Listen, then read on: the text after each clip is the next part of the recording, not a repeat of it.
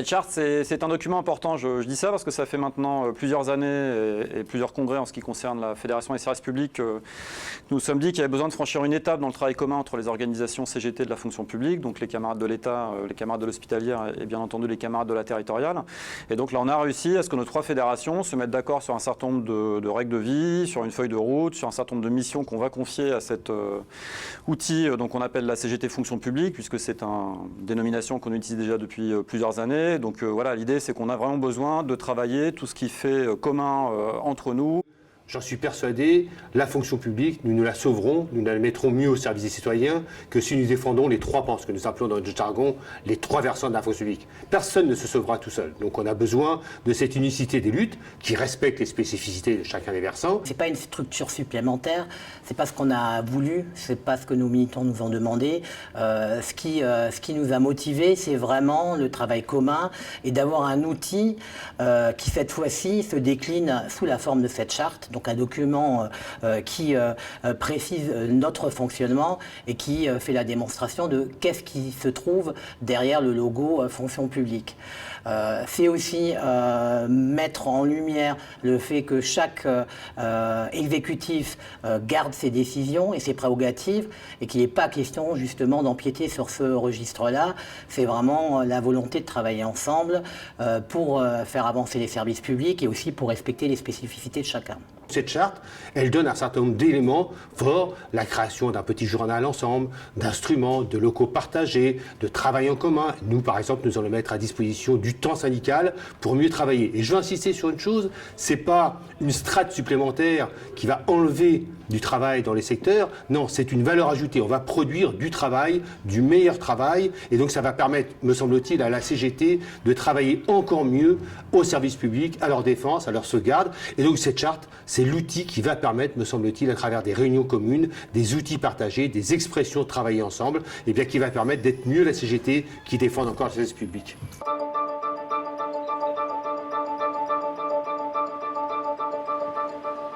Jean-Jacques Picot.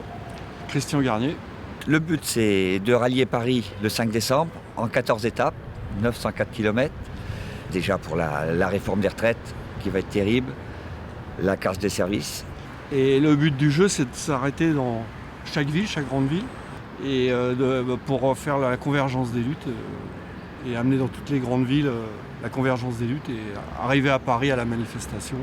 Cette initiative, elle est sortie de ma petite tête. On était dans une réunion de la CFR Île-de-France.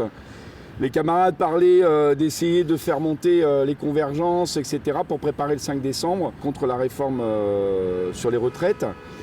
Et sur un petit bout de papier, je me suis dit, tiens, il y a le congrès à Montpellier, le congrès de la Fédération des services publics à Montpellier. J'ai regardé sur mon petit téléphone combien il y avait de kilomètres et combien de jours entre la fin du congrès et le 5 décembre. Puis ça tombait bien, 900 km, 14 jours. Je me dis, tiens, j'ai 2 camarades qui ont été licenciés par la maire de Paris. Je pense qu'en 3 semaines, ils peuvent s'entraîner à faire du vélo et faire le lien entre le congrès de la Fédération des services publics, le 12e congrès, et la manifestation le 5 décembre contre la réforme des retraites. Donc en même temps, j'ai proposé ça à la fédération qui tout de suite, Baptiste et Natacha, le jour de la manifestation des pompiers, quand je leur ai soumis ça, ont fait des bonds en disant mais c'est génial.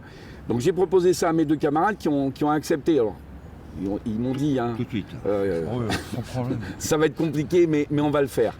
Ouais. Dans le même temps, ces 2 camarades, ils ont été licenciés par la mairie de Paris. On veut continuer à faire pression et on veut faire entendre à la maire de Paris que ces 2 camarades doivent rejoindre les rangs des services publics de la mairie de Paris.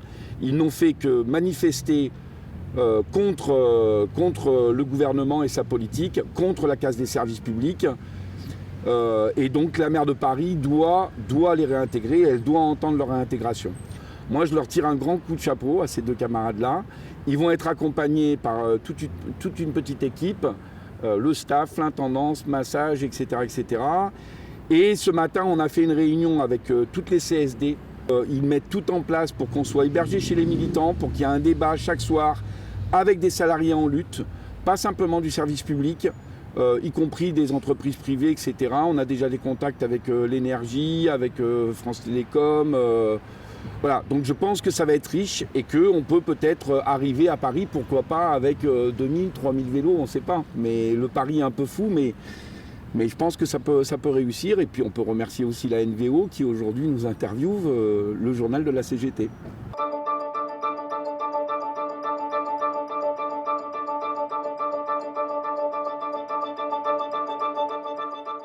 À quelques heures de la clôture de notre congrès, je tenais donc au nom de la fédération et de la direction sortante remercier tous les acteurs, tous les camarades qui sont impliqués dans la préparation de ce congrès qui a débuté il y a 18 mois.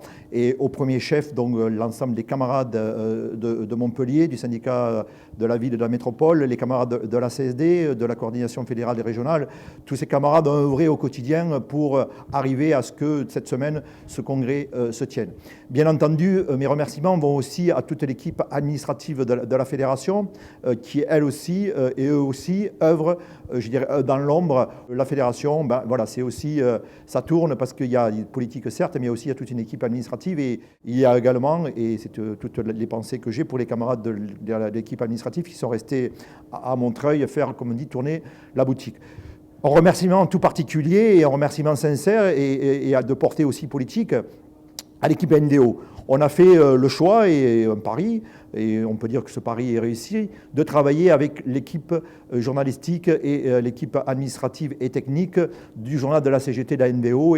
Et pour nous et pour eux, c'était aussi un challenge de faire en sorte que, à la fois sur l'aspect politique et technique, on couvre le congrès. Et je pense qu'on peut là aussi se féliciter de la réussite de cette expérience qui, de mon point de vue, mériterait d'être renouvelée.